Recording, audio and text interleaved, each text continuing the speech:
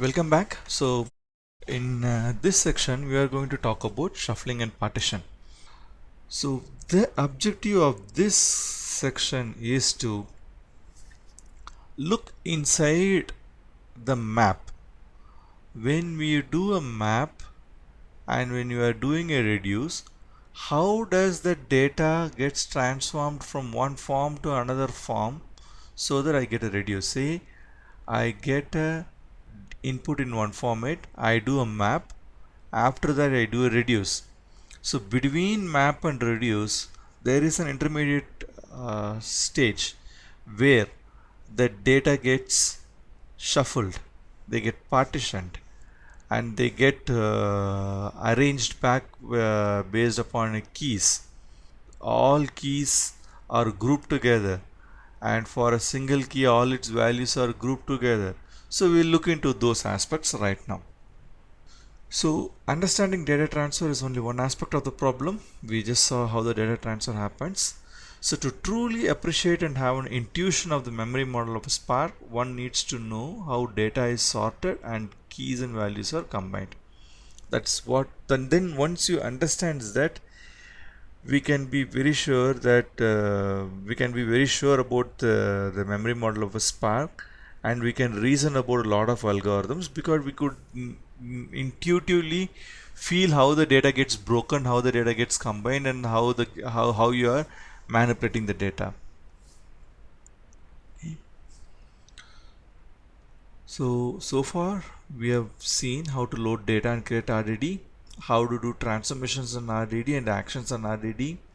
We learned about data frames, persistent, temporary tables and SQL, Spark cluster from job submission, data transfer, returning results in RDD, and understood quite a lot of key value pairs.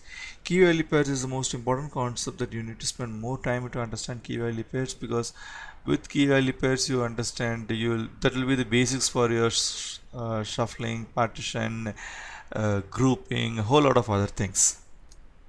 Okay. So we are yet to learn how data is split and worked in parallel. Okay, that's what we are going to see. What is shuffling and why do we need it? Okay, so this we are going to do a little hands-on, and then from there we are going to do. So we'll just think the simple example I brought it so that conceptually the problem is very simple to understand. So we take a fictitious data called payments. So there is an user ID, and then there is a place where they have made the payment, and then the third column is the amount that they paid. Okay, so assume that this is the data. So for this, like, we either can think it as an e-commerce data, or you can think about a hospital data, or any other stores which have distributed locations. So I may be a user with ID 100, and then I was in Delhi and then made a purchase. 2 days later I could have been in Chennai and made a purchase. So you just can figure out this particular user, the user's buying behavior, and whole lot of things. So this section is going to be more about the splitting, so we'll not spend too much time over the data and the quality of the data. Okay, assume this is the data, and since we are going to deal with RDD, we're just going to create a case class also, like this. So I will get into the shell, and from shell we will look into how to get it done. Okay, first we will create a case class. So this is exactly your data type of we are going to map your CSV file into this particular data type. Okay, so we create this case class. Okay, and we are going to handle this particular file. So this is our input. The first column is user ID, the second column is the place, third column is the amount.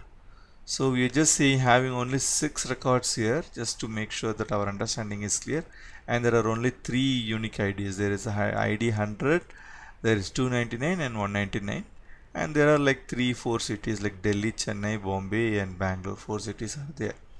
Okay, so we created this case class. Now we need to load the CSV file, and we know how to load the CSV file as an RDD. So this is the data, so we will load the CSV file.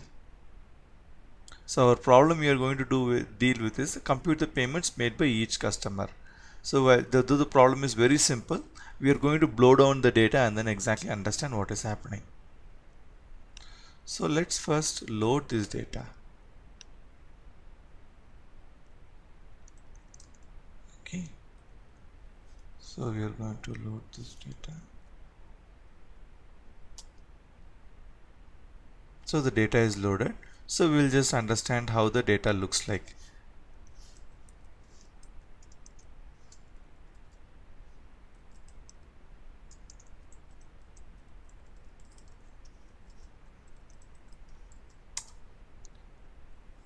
So this is exactly a line. So each line we have read and then we just copied it over here to the, so we created a new RDD. The RDD's type is string. If you see here, the RDD is of type string. Okay. So this text file is loaded as a RDD of strings. Now the next thing that we are going to do is that create an RDD of payments. So we know how to create RDD of payments. We will just do it on the shell itself rather than writing a program. So this RDD we are going to cover few more things. Okay. So look into it, what all we are having. So what we are doing is that payments RDD I am creating.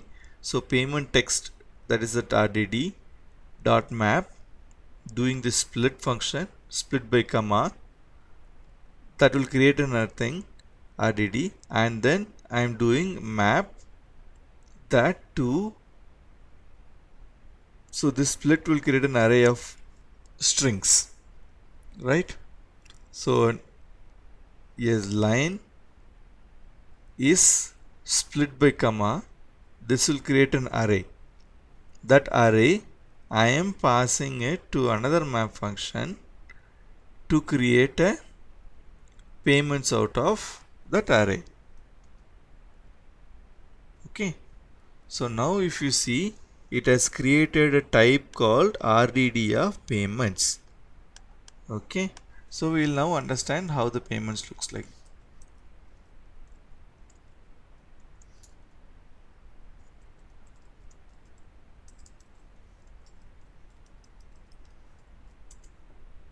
So if you see, understand the type differences from here. This is a array of strings.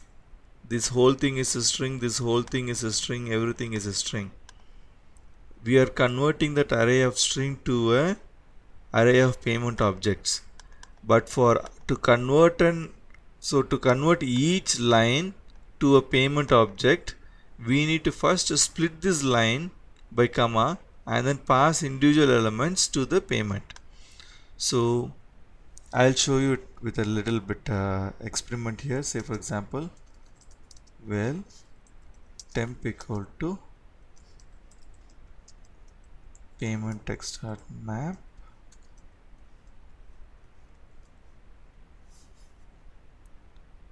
So we'll just copy this.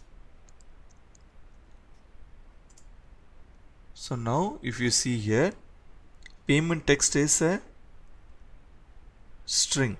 So if we had RDD of string, okay, RDD of string.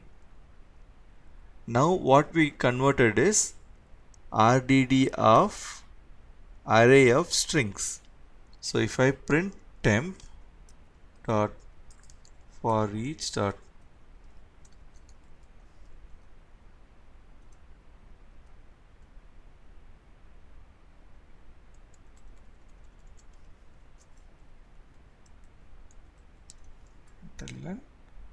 you could see that it is an array type. So those array types is you're telling about it's an array type. Okay.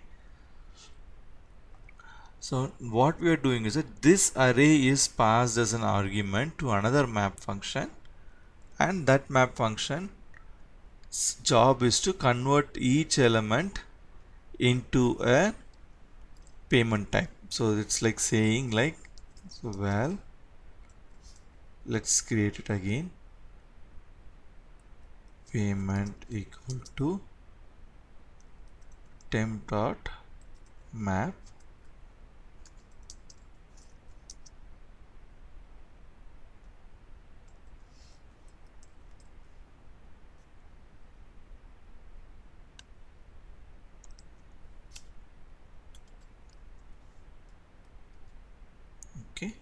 So now if we put,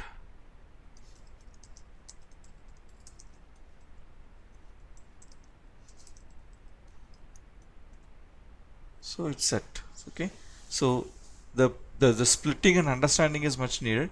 You get a line is converted into array of strings. That array of string is converted into a payments record. So overall, a text file is converted to array of string, and that is like a text file is converted to RDD of string. RDD is nothing but a list, so you can actually assume that it's like RDDF type string. RDDF type string is converted into RDDF type array of string. RDDF type array of string is converted to RDDF payments. So all of them is done by 111 map functions. Okay. Now we will understand the next step. So compute the total payment. So to compute the total payment, how do you do the compute the total payment? You need to group. So if you anybody who would have written any SQL in anything, the only way you can sum it, you have to group it and then only you can sum it. Okay. So you have to group and then you have to sum it. So here also it's the same. To compute total payments of each user, we need to group all the records of UHID and their payments so that we can sum the payments at one go. So I have a small mistake over here. Each user. We need to group all records of UHID and their payments so that we can sum the payments at one go. Grouping record. See the type, we have key comma value pair. Key is UHID, value is an iteratable of amount. Okay. So if you are going to group it, how you are going to group? You are going to take the key, that is your ID, and then on what element you need to group, you are going to group it on the amount. Okay, so on that amount you can do a sum. Okay, so let us do a group function. Okay, so one thing I failed to tell you back again here, if you see this particular map function here, you would have seen dot to double that we did. In all the previous exercises we've been dealing only with the string types. Here we are dealing with the type of double. So each on this string, if it is a double value, you can actually do a to double function and then it just converts into a double type. If you look into the case class, the amount is of type double, so we created a class structure UHID string place and then the amount is of type double. Okay, in the past exercises we have seen only with string types. Okay, so now we'll do see the grouping. Okay, so grouping records. So what record we need to group by? What is that we are going to group by? We are going to, for each ID, just group the amounts that they have paid.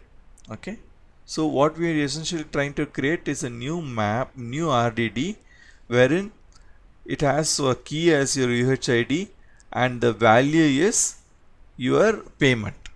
Okay, when we do that, I'll show you what will be the type of the RDD. Okay, so we'll take this particular thing.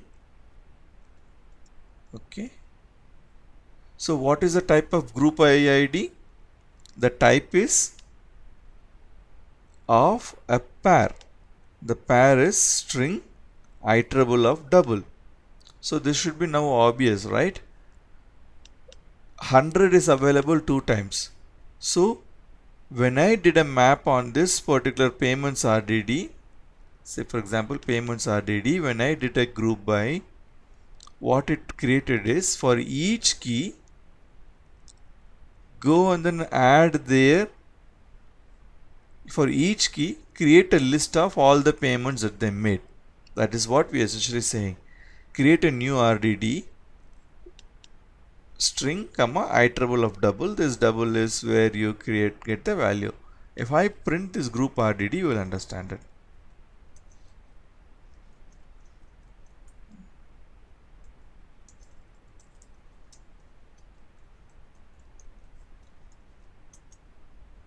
So if you see, there are 3 records, 6 records got converted into 3 records, and each of these record has their amount that they have paid as a value. So it's an iteratable of value. Now if you, since it is grouped, now you can directly do a sum on this group, similar to your SQL. Okay, so before we do the sum, let us first understand how this visually would have happened. Okay, so what has happened?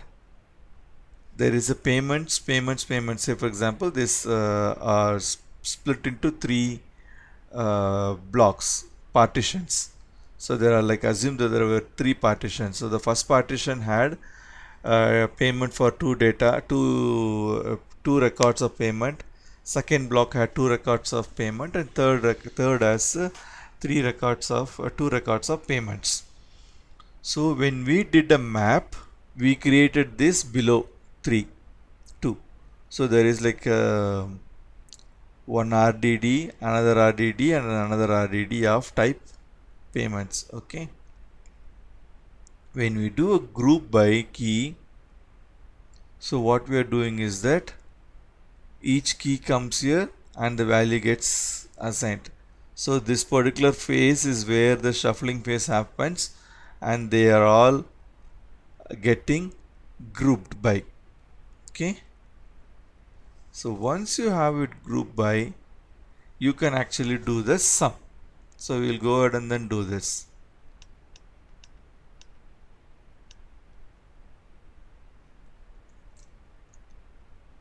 So sum RDD. Here also this map syntax is a little different, that you would have not seen it before. I am saying p._1, which means that I want to look into that first value. Okay. So because what is the type of P here? The type of P is a key, right? P is a key value pair. So p._1 will give you the first value, and p._2 will give you the second value, and then the second value is nothing but an iterator of double. So on the iterator you can call a sum function. So it just sums that and then puts it. Okay. So you are going to create a, if you see it clear, what is the type of group by ID? Group by ID's type is RDDF string comma iteratable. So iteratable means you can think it as an array of double. Okay. Now what is the type of sum RDD? String comma double. So how I got the string comma double from string comma array of double? This is where with the map function is. I'm saying map, take the first element and copy it, p._1, and take the p._2 and do a sum. See, you can apply the sum function because it is an iteratable. Let us now print the sum RD.